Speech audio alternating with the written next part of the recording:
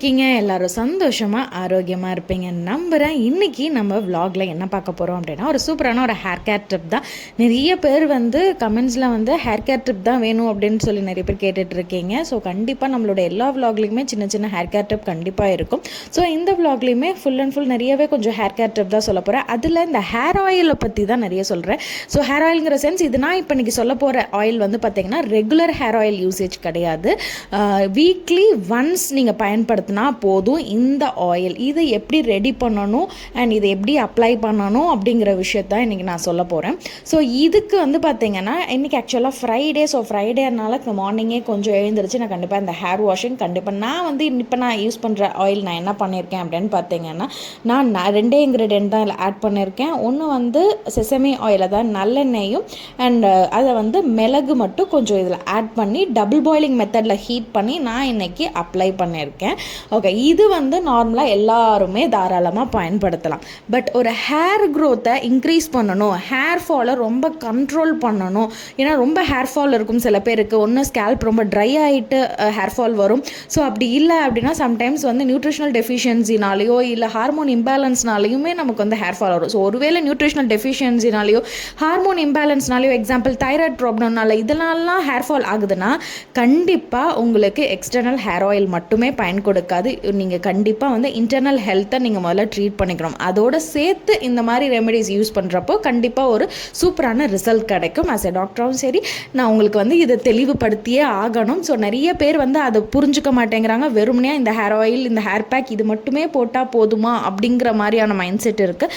But அது வந்து உண்மை கிடையாது. ஒரு 50% வந்து நீங்கள் எக்ஸ்டர்னலாக அப்ளை பண்ணுறது இருக்குன்னா அனதர் சைட் பார்த்தீங்கன்னா internal health is very very must. But இது எல்லாம் தாண்டி எனக்கு ஹார்மோன் ப்ராப்ளம்லாம் இல்லை, நான் நல்ல சத்தான ஆகாரங்கள் எடுத்துகிட்ருக்கேன், ப்ராப்பராக நியூட்ரிஷனலாக ஃபுட்டு தான் எடுத்துகிட்ருக்கேன், நான் நிறைய ப்ரோட்டீன்ஸ் எடுத்திருக்கேன், எல்லாமே நான் நல்லா எடுக்கிறேன், அப்படி இருந்து ஹேர் ஃபால் ஆகுது அப்படின்னா அப்போ இந்த மாதிரியான சொல்கிற எல்லா டிப்புமே சூப்பராக உங்களுக்கு ஹெல்ப் பண்ணும். இப்போ இந்த ஹேர் ஆயிலில் வந்து நான் எப்படி இது உங்களுக்கு நான் சொல்ல போகிறேன் அப்படின்னு பார்த்தீங்கன்னா இதில் ஒரு மேஜர் இன்க்ரீடியன்ட் வந்து நீங்கள் இப்போ யூஸ் பண்ணலாம். வாரத்துக்கு இப்போ நான் சொல்லக்கூடிய இந்த மிக்ஸ் வந்து பார்த்தீங்கன்னா வீக்லி ஒன்ஸ் மட்டும் பயன்படுத்தினா போதும். ஸோ ரொம்ப வேண்டாம், 2 தடவைலாம் தேவை கிடையாது. வாரத்துக்கு ஒரு முறை, வாரத்துக்கு 2 டைம் கண்டிப்பாக ஹேர் வாஷ் பண்ணணும். அதில் வாரத்துக்கு ஒரு டைம் நான் இப்போ சொல்கிற இந்த ஆயில் மிக்ஸ் பண்ணி நீங்கள் வந்து ஹேருக்கு அப்ளை பண்ணி ஹேர் வாஷ் பண்ணலாம். ஸோ இதை வந்து பார்த்திங்கன்னா இதுக்கு நான் மேஜர் இன்க்ரீடியன்ட் நான் இது என்ன எடுக்கிறேன் அப்படின்னா கேஸ்டர் ஆயில், விளக்கு எண்ணெய் தான். இந்த விளக்கெண்ணெயில் வந்து பார்த்திங்கன்னா ஆன்டிமைக்ரோபியல் ப்ராப்பர்ட்டிஸ், ஆன்டிஃபங்கல் ப்ராப்பர்ட்டிஸ் நிறையா இருக்குது. இது வந்து பார்த்திங்கன்னா ஹேர் ஃபாலை வந்து கண்ட்ரோல் பண்ணுறது மட்டும் கிடையாது. நார்மலாக ஒரு ஹேர் க்ரோத் இருக்கும் இல்லையா, அதை வந்து 5 மடங்கு அதிக அளவுக்கு வந்து ஹேர் க்ரோத் பண்ண வைக்கிறதுக்கு இந்த கேஸ்டர் ஆயிலுக்கு சத்து இருக்குது. பட் அதே கேஸ்டர் ஆயிலை நீங்கள் ராங்காக யூஸ் பண்ணிங்க அப்படின்னா அந்த ஹேர் க்ரோத்தை விட உங்களுக்கு ஹேர் ஃபால் தான் அதிகமாக ஆகும். அதையும் நான் சொல்லிக்கணும்.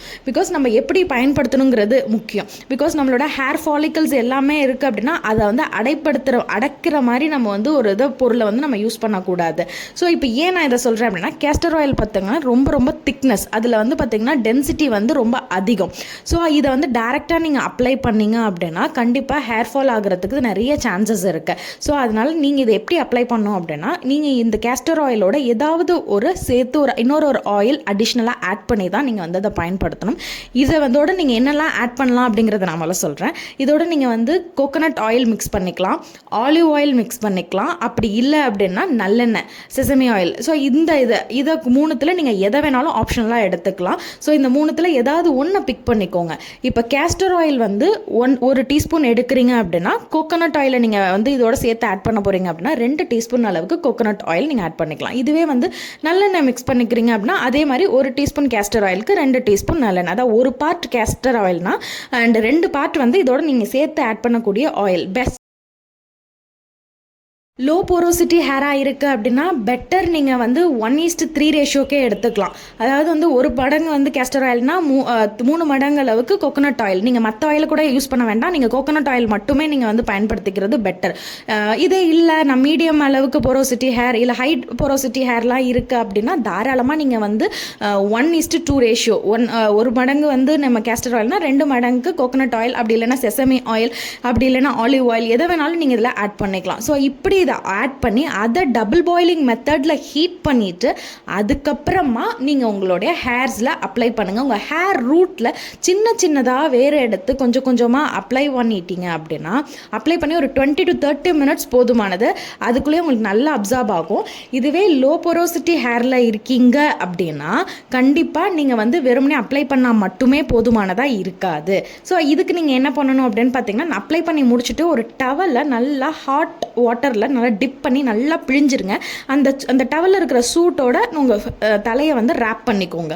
ஸோ அப்போ வந்து பார்த்தீங்கன்னா இந்த நீங்கள் தடவிருக்கிற ஆயில் வந்து நல்லா உங்களோட இது பெனிட்ரேட் ஆகி உங்களோட ஹேர் ஃபாலிக்கல்ஸில் இறங்குறதுக்கு ரொம்ப ரொம்ப ஹெல்ப்ஃபுல்லாக இருக்கும். ஸோ அதுக்காக இதே நார்மல் ஹை போரோசிட்டி ஹேராக இருக்குது இல்லை மீடியம் போரோசிட்டி ஹேர்னால் இந்த பாயிண்ட்டே தேவையில்லை. நீங்கள் வெறும் அப்ளை பண்ணி கொஞ்சம் நேரம் ஊற விட்டால் மட்டுமே போதும், அது அதோட வேலையை செய்ய ஆரம்பிக்கும். அண்ட் இப்போ உங்கள் எல்லாருக்கும் டவுட் வந்திருக்கு, அது என்ன low porosity hair, high porosity hair, medium porosity ஹேர்னு கரெக்டாக.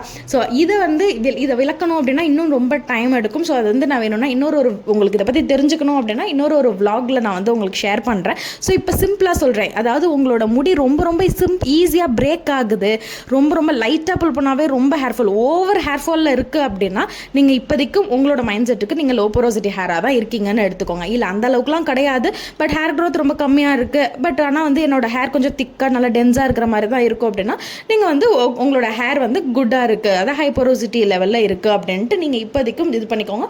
இதை பற்றி உங்களுக்கு இன்னும் தெளிவாக இன்னும் டிஃபைன் பண்ணணும், உங்களுடைய முடியை பற்றி நீங்கள் இன்னும் தெரிஞ்சுக்கணும் அப்படின்னு விருப்பப்பட்டீங்கன்னா நான் நெக்ஸ்ட் வ்ளாகில் கண்டிப்பாக கமெண்ட் பண்ணுங்கள். நெக்ஸ்ட் வ்ளாகில் இதை பற்றி இன்னும் டீட்டெயிலாக ஷேர் பண்ணுறேன். ஸோ இந்த மாதிரி நான் இப்போ சொன்ன மாதிரியான ஹேர் ஆயிலை வீக்லி ஒன்ஸ் மட்டும் பயன்படுத்திட்டு அதுக்கப்புறம் ஒரு 20 to 30 மினிட்ஸ் கழித்து அதை ஹேர் வாஷ் பண்ணிவிடுங்க. ஸோ ஹேர் வாஷ் பண்ணிட்டு வரப்பே உங்களுக்கு நல்ல ஒரு ஃப்ரெஷ்னஸ் இருக்கும்.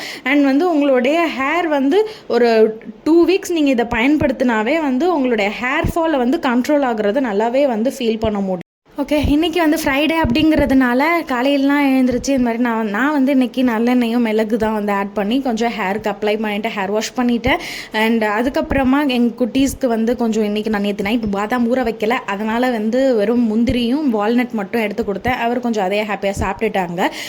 லன்ச்சுக்கு பருப்பு சாதம் தான் ரெடி பண்ணியிருந்தேன். 1 pot ரெசிபி மாதிரி குக்கர்லேயே வந்து நிறைய பருப்பு அண்ட் உருளைக்கிழங்கு இதெல்லாம் போட்டு ஒரு மிக்ஸ் மாதிரி ரெடி பண்ணி ஒரு பருப்பு ரைஸாக வந்து நிறைய நெய் போட்டு பருப்பு ரைஸாக இன்றைக்கி ஆஃப்டர்நூன் லன்ச்சுக்கு வந்து நான் ரெடி பண்ணிவிட்டு பேக் பண்ணிக்கிட்டேன். அண்ட் இதுக்கு வந்து சைட் டிஷ்ஷாக வந்து பார்த்திங்கன்னா வெஜ் பக்கோடா செஞ்சு இன்றைக்கி எடுத்துக்கிட்டேன், அவ்வளோதான். அதுக்கப்புறமா கொஞ்சம் ஹரிபரியாக மார்னிங்கே சீக்கிரம் கிளம்பணும் அப்படிங்கிறதுனால தான் இந்த 1 pot ரெசிபி ரெடி பண்ணி ஃபாஸ்ட்டாக எல்லாத்தையும் எடுத்து வச்சுட்டு அண்ட் ஹாஸ்பிட்டலுக்கும் பேக் பண்ணிவிட்டு நான் டியூட்டிக்கும் நான் கிளம்பிட்டேன்.